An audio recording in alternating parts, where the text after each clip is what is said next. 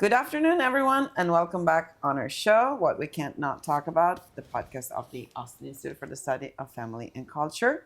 As you can see, this is one of those live episodes where we're very lucky to have a three-dimensional guest and not just someone over Zoom. And in this case, a fabulous guest, UT Austin Professor of History, Alberto Martinez. Good afternoon, Alberto, and welcome. Thank you. I'm happy to be here, Mariana. Thank you. Thank you. Thank you. Welcome to our house, too, because this is where our students meet, where we do our reading groups and our conferences. I could introduce you, but I always think it's better when the guest introduces himself, so you can also point out the things that you think are very relevant about your career. Sure.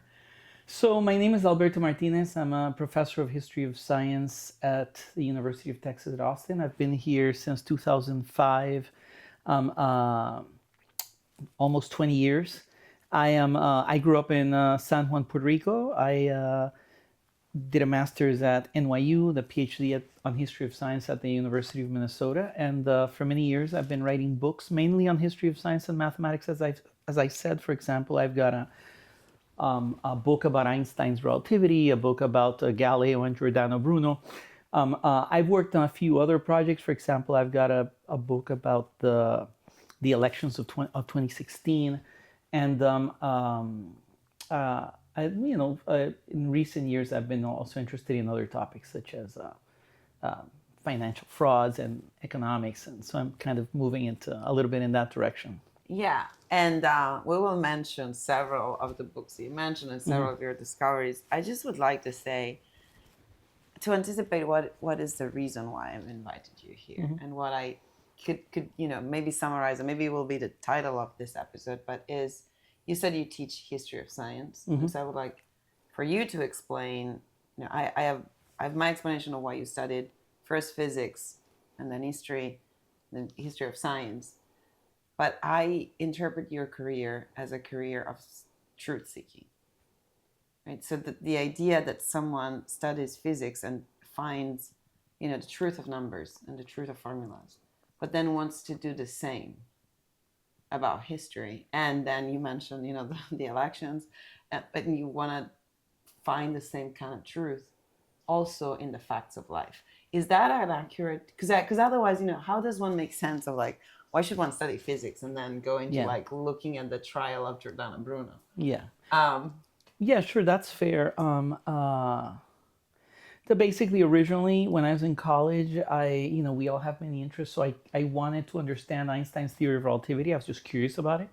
And, we have many interests. So it was just one interest. And I remember year after year, I just couldn't. I could do the math. I could do the catchphrases. So I understood it in that sense, but not deeply. Over the years, that grew into thinking, well, since these physicists in these books can't explain it to me, well, let's look what Einstein himself said. And then that led me to looking at the history of physics, because of course Einstein said different things over the decades about the theory of relativity. So suddenly one's like, well, which of these Einsteins is correct?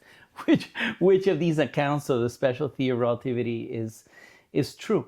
Eventually, I got comfortable enough. I felt that I had figured out some important aspects of that, and I started moving to other topics in history of science that I had been teaching. We're teaching things in the classroom and we're kind of repeating these things because we heard them when we were learning. And Galileo dropped things from the Leaning Tower of Pisa, that Pythagoras proved the Pythagorean theorem, or that Darwin was influenced by finches. I taught these things multiple times for years because before I started thinking, well, am I saying things that are actually true? And then I started looking at these things. Each of the stories I just mentioned are categorically and clearly false. Yeah, and you say, it's amazing. I've listened to a lot of your, we talked in the past, I've listened, watched some of your lectures. They're fabulous. So there is a list. You mentioned Pythagoras, it's not his theorem. Einstein, probably there are things. Can we start from that? Einstein is not a saint. And maybe it's not even a genius. Yeah. But, in your words. Yeah, absolutely. So that's one of the big ones. In other words, imagine the mystery. The mystery is, how did this guy in 1905 and afterwards have so much extraordinary success? Well, the normal way to pretend to explain it is to say because he was born different, he was born a genius. And it's an explanation from the Middle Ages. saying basically like he was a saint or he was touched by God or he was chosen by God.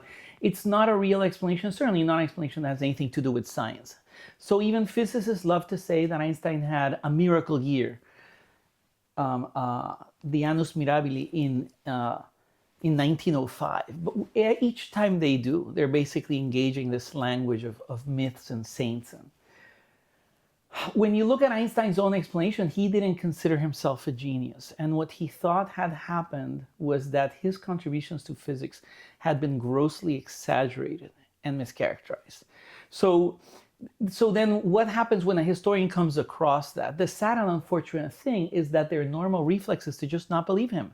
So here you have the first-hand witness, the guy you're talking about, and what they do is they just shrug it off as though, well, he's just being modest. He's still the greatest genius. So Einstein says that to attribute superhuman powers to one person, such as himself, is frankly grotesque. He says it's in poor taste. He says the amount of fame that he received, he doesn't deserve it. In other words, he's thinking about how many great physicists, such as James Clerk Maxwell, H.A. Lawrence, did comparable or more influential, more daily use things than he did. For example, Maxwell's equations, and yet they do not receive 1/10, not 1/10 of the appreciation that Einstein received. So his explanation for this is that it's kind of a mass psychosis, and he encourages historians in all seriousness to study mass psychology. Did they believe him? Of course not. So then what's unusual about me is I actually believe him. To me, I see this process happening. I see a real phenomenal thing happening in which too much credit was given to the guy. He did some fascinating, wonderful things, especially thoughtful things that are worth talking about. But to understand what he did, the cheap way out is to just say, well, it's a miraculous intervention. Now, ironically, the interesting thing is also this guy doesn't even believe in miracles. Yeah, so you're trying to explain something by a miracle when the guy doesn't believe in miracles. So, and I'll just say one footnote about that. The reason he doesn't believe in miracles is because he believes that nature and life are ordered causally by cause and effect. In other words, he believes in a worldview that many people nowadays don't. So he just doesn't believe that things happen either randomly or magically or by miracles. So that he thinks that anything that's a miracle would be a violation of natural law. Or if God exists, it would be a violation of God's harmony of the universe. Suddenly the laws of nature stopped working and a miracle happened, which was Einstein's creativity. Okay, he doesn't believe that. Let me push back here. Sure. If, as someone who believes in miracle, I don't need you to believe in the miracle for the miracle to happen. So of course, it could still be true. On this train of thought about Einstein, though, I think that we could open it into there are two different questions that open up with all this fame that we attribute to Einstein, largely exaggerated, you say. One is about everyone else's contribution. This makes me think of something that we are, probably it's in a previous podcast. I don't know what's coming up first, but it's about indoctrination. And one of the principles of indoctrination versus education is this simplification, right? So the idea that if you pick one person, instead of considering all the people that contributed, so that this is a signal of a need for simplification that we have, so that we go fast about the knowledge we have. The second thing, and I will want you to comment on both, but the second thing that that came to mind in thinking about this is a sense of de-responsibilization of everyone else, right? Because if I call you a genius right now for the books you wrote, I'm somehow free to do a lot less, right? Because well, I'm not as gifted as you are. So there is do you think that there is part of that in attributing so much fame and genius to people, we're actually trying to justify our laziness? I agree. I completely agree, but I think it's even worse. Basically, what ends up happening is that from the pedagogical standpoint, what's being done to countless thousands of millions of students is to tell them tacitly, and guess what? You're not a genius. So there's a footnote that goes to that story that Einstein's a genius, which is, and you're not. We've never called you a genius. Trust us, you're not going to do things like that because he or she or they were different, and you're not it. And I've heard people in conversation automatically go from, well, he was a genius, not like us, like automatically take themselves out of the category when actually, had you met him alive, the way he talked about these things, the way he wrote about these things, is he had no special skill over other people, merely that he had a kind of obstinacy. In other words, he kept working on the same thing. If you work on the same thing, you get results. If you choose not to work on it, guess what? You stop short of doing it. The way I try to convey it to my students is the difference between someone who does someone and someone who doesn't, is that the person who does it actually kept trying to do it. That's all. Who painted the house? Well, whoever grabs the brush and starts painting it. And generally, education does not portray things like they'd rather think that few individuals have a special ingredient, and Einstein was one of them. Can I say, I'm glad that I have someone that, it's something that I usually tell the students a lot, like, pick one thing that you want to do in life, not all, and then that one, but like, you can become whatever you want. Like, if you really work, like, if you keep going, you can do this. It's astonishing. I've seen it. So late in, and when Einstein writes a famous relativity paper in 1905, he has only one friend, a coworker, who he acknowledges at the end. He says, I want to thank my friend Michele Besso, who gave me several valuable suggestions. So this guy's a mechanical engineer who knows a lot of math, ended up working with Einstein, and talked about these things, sometimes on the way home, sometimes at other opportunities, and gives Einstein advice while Einstein's actually writing the paper. It's acknowledged there. Decades later, the guy's sister asked Professor Einstein in Princeton, Herr Professor, I've been meaning to ask you something. Why is it that Michele never contributed anything significant to science or mathematics? And Einstein laughs a bit and says, but Frau Bisa, this is a very good thing. It's because Michele is a humanist. He's a universal spirit. He's too interested in too many things to get results. Then he says the key point. He says, only a monomaniac gets results. In other words, that thing that you choose something and actually focus on it and do it, rather than saying, well, and I'm also interested in this and in that and in that, and then you're dividing your time. It's the disadvantage of being a jack of all trades mathematically is extraordinary.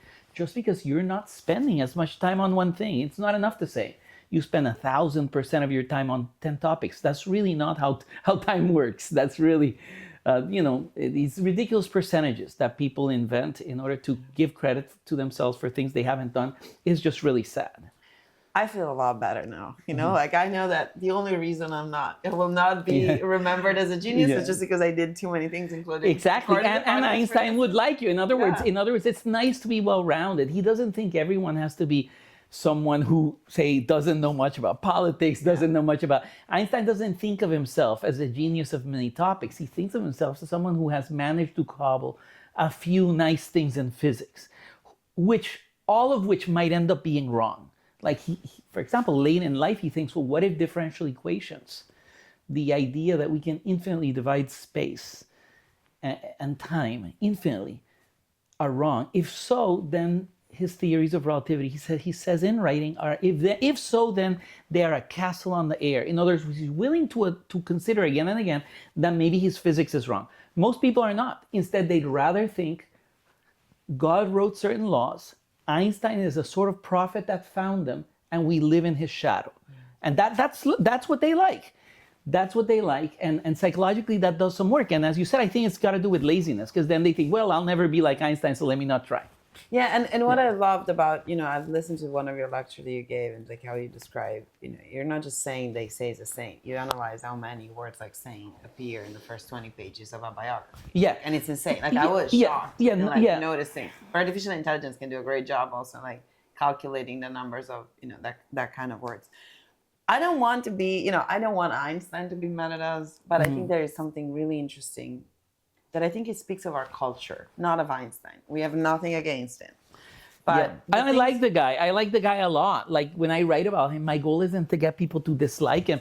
And sometimes the students have read something I write, and then they end up angry at him. And I'm kind of shocked. And I think it's got to do something with a modern culture. Like, ironically and strangely, in the 21st century, countless many people want other people to be saints. Exactly. It's like, why do you want? He's a normal guy. He made some mistakes. He was a lousy husband.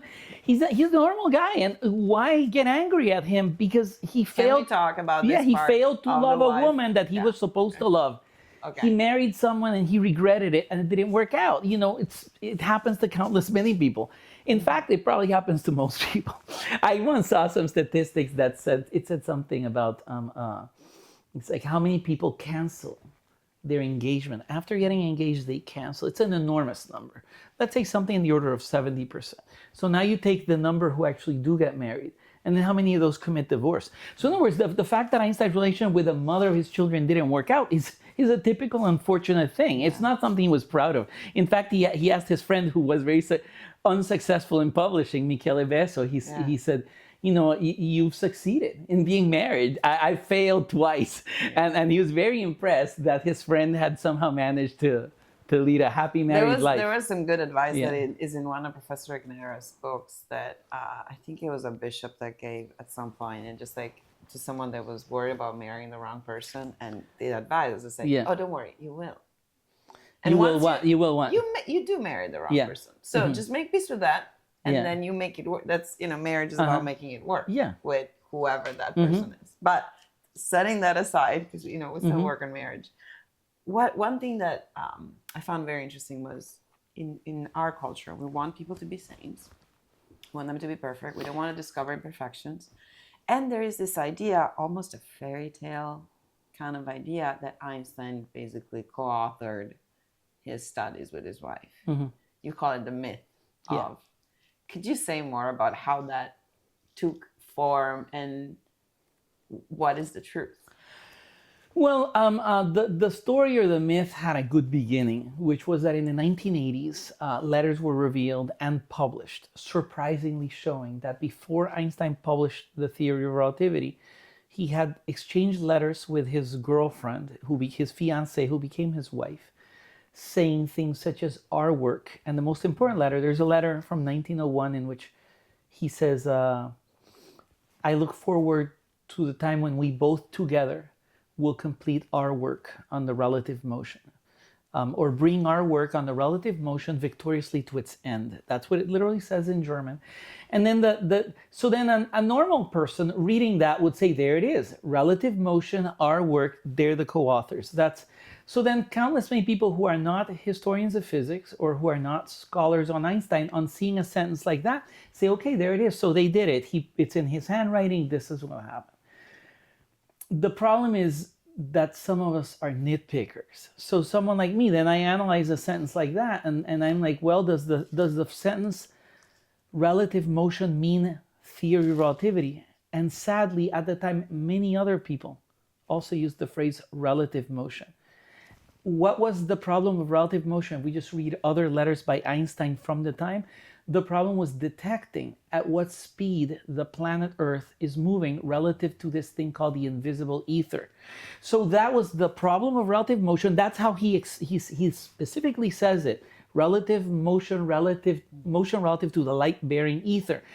The problem was, how we would say now, at what speed is Earth moving relative to space or to the blackness of space? At what speed? And what they failed to discover, including Einstein, is such a speed. In other words, Einstein was trying to find that speed and a couple years later decided it can't be done.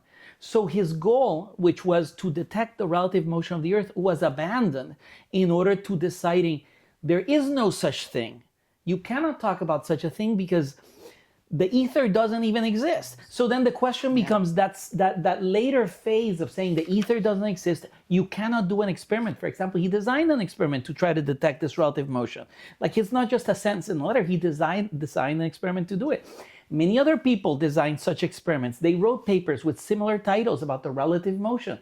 That's what he was working on, and then he comes up with something weird and different, which years later, not in 1905, but years later becomes called the theory of relativity. Mm-hmm. And then in that theory, there is no such relative motion, there is no such ether, and instead something else is happening, which is time is relative. So then the question is, did he co-author the theory that time is relative with his wife? Well, he never said it, and neither did she. Did she ever insinuate that she was the co-author? And then when you have to look at her letters, and in her letters, for example, in 1906, she writes to her best friend and confidant that in addition to Einstein's job at the patent office, he has been working a lot on physics. And she says the papers he has written are already piling up quite high. She doesn't know, say, the papers we have written. She doesn't say, I'm angry at him because he stole credit from me. She doesn't say any of that. Later in 1909, she says, he's becoming very prominent, and the credit, he really does deserve it. She literally says he really does deserve the credit, the appreciation from physicists that he is getting. So time after time throughout her life, even in the divorce proceedings, when they were bitter and angry at each other for years, she has opportunity after opportunity to say or imply that there's some sense in which he stole her work, and that's just not what the documents say. So again, it's a nice story to think that they collaborated. That's what we want. We would love to have this co-equal pair of people, which is how he refers to her originally. He says, how happy I am that I have found a person who is my equal. So he really admires and appreciates this woman for her intellectual abilities. She's a physics and math student like him at the same college. They study together. He manages to graduate. She doesn't pass the graduation exams, sadly, twice. But then the issue becomes, did she afterwards continue to say work quietly with him? And the evidence seems to be no. Unfortunately, no. But again, I'd be happy to find that she did. But the question for you is this: do we always need to look at original sources? Should history books be made only of letters, primary sources? No, there are many secondary sources. So basically, suppose Einstein talked to someone in 1905 and that person wrote their recollections in 1945. I still like that a lot. I'm like, wow, here's someone who was there and they actually said, this is what Einstein told me in 1905. In some sense, that's not quite primary because it's not exactly from that time period, 1905. People's memories can be false. People can also lie. So so there's a spectrum of degrees. So in one of the articles I wrote about... You have a fascinating table of how to rank sources. Yeah. But the question that but in that said, unless someone is an historian, we would love to be able to trust the story that we're told. Now, so the question you did it, I think this bridges very well with what you did with Trump and the fake, the fake reconstruction of the things he was saying. And you always say, you're a liberal voter, you're not a Trump supporter, but you found that there was a need to clarify what the media was saying. So if with history, we should look at sources, if not, the direct letter, other sources. With media, if we don't look at the actual speech that was, how should we live in this world today where everything is just passed through a smartphone or a computer? Like, do you think, what should truth seekers do? Yeah, everything is passed through a few intermediaries who are then going to tell you what someone else allegedly said. To clarify, I'm not a liberal. I was for most of my life. I'm an independent. Okay. So I didn't know that. Yes. So I think it's too bad that the word liberal has come to mean some opposite things of what it meant. Say 20 years ago, it means you're in favor of free speech. Now it means that you think there should be strong limits on the First Amendment and that much free speech is wrong and should be censored, and that media companies should be censored. There are several things there that are unfortunate. And but going back to the issue that you're bringing up, the problem as you framed it at the start of the talk is about the truth. The short answer is no. You cannot trust people in the media. You cannot trust professors. You cannot trust experts. Unfortunately, we are at a moment where people are forced to actually do their own research, and I personally think it's the only way. For any claim, you have to actually find what is the source of that claim, but we are blessed by the opportunity, which is nowadays you can instantly find such sources on the internet. So oftentimes, if it's something about a speech or a law, you can just Google it and find the original document and find, does that one actually say what, say, the New York Times said? Mm-hmm. So what happened to me that shifted me a little bit at looking into politics was that in 2015, while I was finishing one of my books about myths in science, actually the book on, I think I had just finished the book on history of mathematics, dealing with things like Pythagoras and stuff like that. Then I saw on the news the TV reporters were doing the same kinds of mistakes that I had diagnosed in historians, even in some expert historians. For example, talking about what someone suggested, talking about what someone may have meant, so talking about what someone may have done, could have, must have, would have. So it's like, why are they using these speculative terms about what maybe didn't happen in the news, which is supposed to be reporting what did happen? So it was so shocking, especially because it wasn't just trivial that they in their ignorance, they were trying to leap forward into what might be possible or what might happen tomorrow. It was that they were doing it systematically with things that are incendiary and that would agitate people. Oh my God, Trump suggested this. To give you one specific example, on the cover of the New York Times, it said that Donald Trump called for the creation of a database to track all Muslims in the United States. And it was false. It literally did not happen. How that came about was just because an NBC reporter interviewed Trump. And we have the actual recording of the interview. And in the interview, the reporter, a guy who's still reporting called Von Hilliard, asked Trump, do you think it would be a good idea to create a database to track Muslims in the United States? And Trump said, he did not say yes, he did not say no. Instead, he did what most politicians do, which is don't answer the question straight. It's a trap. Stick to your point. And he said, well, we're going to have to be very careful. We're going to have to look at many things. We're going to have to look carefully. We're going to have to look at the mosques. Every one of those words is a normal, ordinary word that had been said from everyone, from Democrat politicians to policemen in New York City. We have to look at the mosque. Sometimes if it's someone who is a radical Islamic jihadist, sometimes they go to certain mosques. So you look, you try to find an informant to find out if you can detect someone who might be very angry at the U.S., maybe because the U.S. wrongly invaded their country, but they're still very angry and you want to stop them from killing people. So what Trump said was very reasonable. Now, what Von Hilliard wrongly and grossly falsely reported was that asked on the creation of a Muslim database, Trump wouldn't rule it out. He wouldn't rule it out. Now it sounds like he's considering this proposal.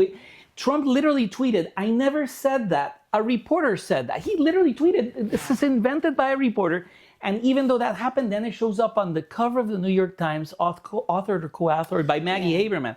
So that this is happening, and then hundreds of thousands of Muslims in America had to live in terror that a new candidate for presidency had arisen who was going to be the new Hitler of Muslims. It was so absurd and shocking that I naively thought that if I explain it, people would be able to understand. Sadly, the misrepresentations that happen in media are so large that people become allergic and incapable of questioning or wanting to hear anything other than what they've already been spoon-fed by NBC or CNN or the New York Times. What has happened is it's a cultural disaster. So no, it is, but I'm glad that you continue to do this, as I continue to do it with my friends, that think differently and like keep asking. It's like, why do you think what you think? Do you think that because we don't believe the same thing, or we don't think this was the wrong term that was used, or like I don't agree that's what happened? Does that mean does that make me a horrible person? So I appreciate that you continue to do it, because it has become more like a team, supporting a team versus supporting another, versus that wanted to look at what actually happened. But because you are an historian, you might help us with another question that I have, because okay, we can go and look at the sources, but as you have an example, and when you talk about Einstein and his wife, you say, some people made the mistake of thinking that something was attributed to him and his wife, because there's this, I think in Switzerland, they use double last name. So they add the last name of Einstein, and there would also be the last name of the wife. Sometimes. Doesn't mean, right.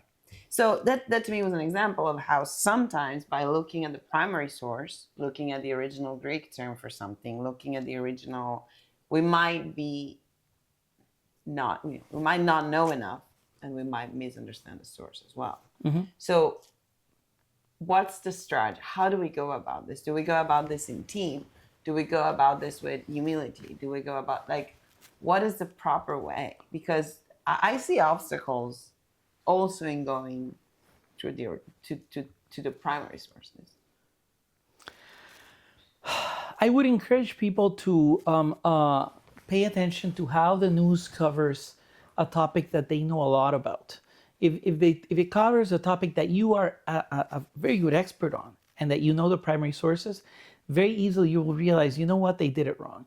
The reason they did it wrong is because we're talking about, say, a 24-year-old working for something like the Washington Post, spending 3 hours on a story without reading primary sources. So then we're like, the story is being carried by the label, which is the Washington Post. Many people who don't understand the news do not realize and have no idea that the Washington Post is a Democrat newspaper. That is what it is. If you want to read the Republican newspaper in Washington, D.C., it's called the Washington Examiner. The New York Times is a Democrat newspaper.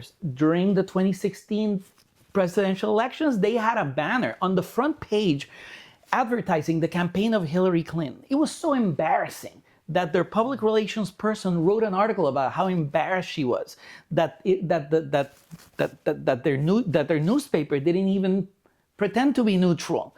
And this is while she was still employed in the New York Times. The New York Post in New York is a Republican newspaper. So people who do not know that, then they'll just assume, oh yeah, well, it's a Washington Post, it must be neutral. I mean, it says democracy dies in darkness, so that must mean that they're fair, because there are these words on the cover. It's just words, it doesn't mean anything. So if people could just realize that newspapers are flawed instruments, it's the reason you throw them in the trash is the reason you don't want to read newspapers often from 1985 and 1998 is because it's obsolete stuff that people are just not interested in, is because they have many mistakes. So going to the issue of primary sources, whether it's in the news or in a historical case, Einstein, Pythagoras, whatever, I think the first step is look at the quotations. When they say something Biden suggested or Trump suggested, look at they might have a 3-word snippet. Look at the actual thing that Biden said, or look at the actual thing that Trump said to see if Trump or Biden literally said that. If they didn't, there's a strong probability that is not what they meant, especially when you ask them afterwards, is that what you meant? And they said, no, that's not what I said. I never said that. And then sadly, the interpretive mechanism of partisans is when the person says, I never said that, I never meant that, then they say, you're lying. You know what you meant to say. You're using dog whistles. You don't even say the things, but I have a psychic ability to hear what you meant. And since you have an evil heart, you said a terrible thing. If Hillary Clinton had said the same thing, it's fine because I know she doesn't mean it. But since you said it and you're Hitler, you mean it. And you really want to murder everyone.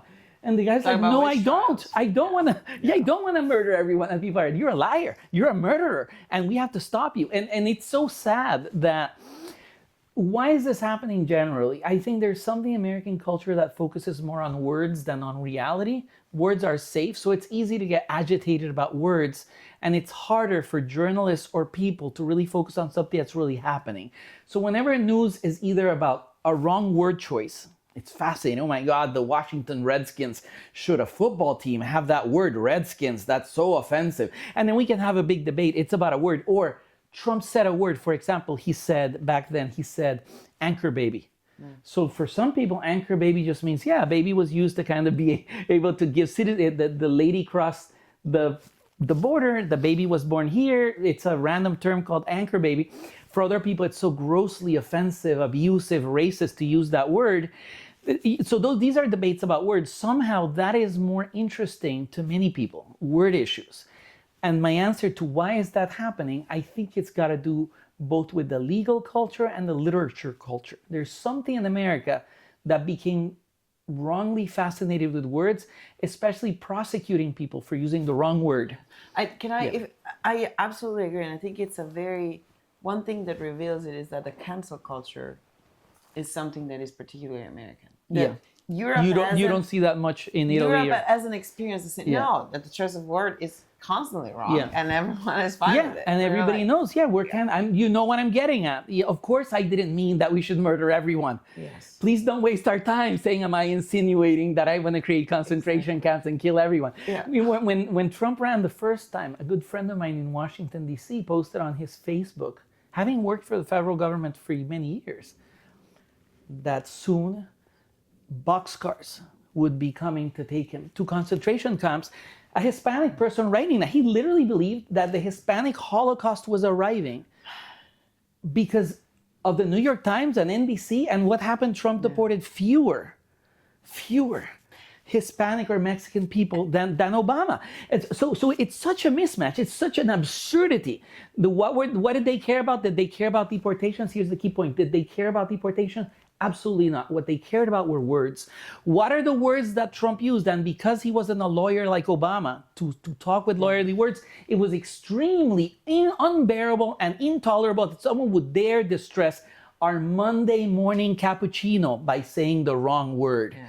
And that was just reprehensible and horrifying about this guy, this new Mussolini, this new Hitler, right, that they thought had arrived. And again, they fear that now he's really Hitler and Mussolini. Yeah, because now he really knows what to do. So every word he does is the end of the universe. And it's sad because I was so naive. I actually thought that if I could explain these things, my liberal friends, 95% of people I know are liberal, would literally feel relieved that Trump is not literally Hitler. But then I realized, no, the psychological interpretive thing is so large, they will literally not even read. They will under no circumstance read what one has written if they can sense that maybe it means to insinuate that what they think happened didn't happen. That it is just non-negotiable. You are not a reasonable person if you're trying to deny me my truth. There we go to the whole thing about you have your truth, I have my truth, and mine is real, you're a Nazi. And it's a breakdown, it's an interpretive breakdown that was encouraged. Let me clarify just one footnote by saying what I mean by literature. In literature, in the early 20th century, a group of people came around calling themselves the New Critics. And people like T.S. Eliot, people in Great Britain saying what the author meant and or the author's intention is irrelevant. It doesn't matter what matters is what the text means to me. What it generates in me, that is what real, because in most cases the author is dead. So let's not worry, this is not psychology, this is not Freudian psychology. We're not going to convert literature into Freudian psychology about the author's unconscious. So what the author, that became common. In other words, that attitude from literature jumped to other things, whether it's anthropology or history or news reporting or law. The law, if someone says something, it doesn't matter. It doesn't matter what you meant because you're a liar. And my job, triggered, right? Like all the problems, like the trigger, the students feeling triggered by particular words. So it doesn't matter if you said it, with a bad intention. And in the book, The Coupling of the American Mind, this comes up as one of the greatest problems that we have, right? Because, and how instead the principle when we talk to each other should always be giving the other the benefit of the doubt. Always assume good intention when the other is speaking. Which, by the way, as I brought up, I don't know if I said it in this context already, but it's also a sin for Catholics. It's also a sin to assume the worst and not giving the other the benefit of the doubt. So we should always. And it's better to be wrong by assuming, like in moral theory, it's better to be wrong and continue to be deceived and betrayed than make the mistake in the opposite way, like assuming the worst and then, this person didn't do anything against you. Yeah. There are so many things that I would still like to talk about. One thing that, since we try to talk to students, what should they study? Like if, in college, they're just starting. If they want to learn how to think and to think for themselves, how did you become the person that thinks for themselves? Like what do you think is a good process to be free from ideology and not to be victim of propaganda? I think one thing that students should pursue, because it's not taught as a topic, is the history of mistakes. For example, politicians make mistakes and they say the wrong thing. Newspaper reporters make mistakes and they say the wrong thing. If physicians, medical doctors, organizations make mistakes, scientists make mistakes. And if you study and actually focus and learn from the process of here's someone who said something and they were wrong. For example, when I teach Galileo, I say here's a guy who believes that the universe is a sphere. That's wrong, it's ridiculous and false. But that's what he believes. The universe is a sphere. Every motion that is physically possible is circular. Galileo believes every motion is composed of circles. He doesn't believe in straight lines. Think about, my arm does this. This is actually tracing an arc. The Earth goes around the sun. It's tracing an arc. A train going on Earth in a straight line is actually in a spinning Earth. So Galileo thinks everything is made of circles. But what I'm getting at is the later idea that we invent, which is Newton created this idea that Galileo had the law of inertia, that all motions are in a straight line. That's not what Galileo believes. Galileo believes that the sun is the center of the universe. The center of the universe, and he's wrong. So if we were to teach Galileo that way, we have to teach his mistakes. Then we can also teach the things he got right. But we have to realize that he made many, many mistakes in order to get some things right.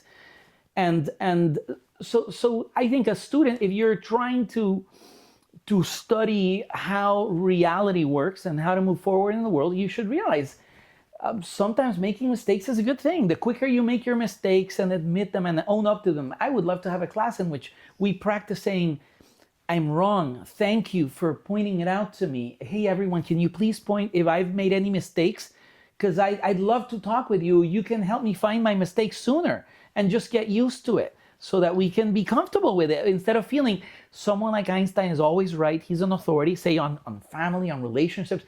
Einstein, for example, had really bad views about women towards the end of his life. So here's a guy who believes that he's co-equal with Mileva Maric when he's, a 21-year-old. And by the time he's 65, he's telling his sons, that they should not look for a woman who is a smart woman. They should not look for a woman who's intellectual. Please. Instead, they would look for a woman who is a plaything. He literally says this in writing. And this is a guy... This is the same. Yeah, this is the same. In other words, here's a guy who, even though he improved in some capacities, I'll give you a positive example. When he's in America, he's helping Black people and speaking up in their favor and saying that they are being discriminated. He's going to their colleges. So he's very aware that Black people in America are being discriminated, and that is wrong. He's against McCarthyism. And so he's a guy who is on the right side of many issues. However, in his treatment or his thoughts about women and the nature of women, he went from being not very sexist to becoming increasingly sexist over the years. That's a mistake. We have to be able to say that and to say, okay, he's dead. It's an interesting example. Don't hate me because I said something that happened. For example, one of his sons, he tried to stop him, Hans Albert, from marrying this woman he loved. He tried to stop him. And what did Hans Albert do? He married her. And Einstein was so angry. He was like, if I could at least then stop you from having kids with her. Because if you have kids, it'll be a great disaster. He invented this ridiculous idea the woman had some sort of a genetic flaw, some sort of an illness in her family that she might transmit to her kids. They had kids, and the kids were healthy and fine. Einstein was just wrong, and we have to be able to. Einstein even believed in eugenics. We have to be able to say the truth, but because there is such a desire to essentially replace the role of the church with some sort of a secular religiousness, in which we take these secular people like Einstein and we convert them into saints and into lawgivers and into moral authorities. It's absolutely ridiculous that this is happening. In other words, it's an accident. And also until we decide to destroy them, because then it also goes the other way. Yeah, around. then eventually... Once they're going to become, this horrible, that you can never praise anything that this person did. What I really liked about what you said about having a class where people can tell each other you're wrong is like, I am... being, an educator or a mentor, we live in a time where you're always afraid of telling someone how to do things better. And I have to remind students and myself that a sentence that my mom used to tell me. She's like, only those who love you will correct you. Yeah. Which I think we have completely forgotten, right? Like there's nobody has an interest in correcting you unless they care that you do and that you go about your life in the right way. So it's also a reminder, if a friend tells you, don't date that guy, or like they're not being nosy, they're not being jealous. And they care so much that they're willing to risk you getting angry at them. They are literally willing to risk that you might get angry at them for a week or forever, that they're still willing to tell you the truth, a critique, a helpful thought, and not just that, an opinion. People should be able to speak their mind. Sometimes I tell people that I figured out how things are working in the U.S. when I finally read Dale Carnegie, How to Win Friends and Influence People. How do you win friends? We'll lie to them. Instead of telling them, look, I'm sorry, you're wrong. You're wrong about this. Let me explain why. Instead of saying that, you're supposed to say, that's really interesting. I think you're right. You're supposed to say that. And if you don't say that, you can't make, that book is teaching things like that. And countless many people, especially in corporate culture, have adopted that hypocrisy till the end. And if you're a hypocrite, you will have your fake days and your fake friends, and everybody will feel, it says, when can you win an argument? The answer is never. The only way to win an argument, Dale Carnegie tries to teach, is not have one. As though arguments were a bad thing. Arguments are a good thing. You go to a university to argue about ideas, and arguing should be fun. It should be like a basketball game. You shouldn't be upset that somebody disagrees with you about politics. It should be fine. And it should be really great when you can say, God, I was wrong. Thank you for helping me. Oh my God, I was voting the wrong way. Thank you. Thank you for saving me. And there's one thing, I think that we can close with this.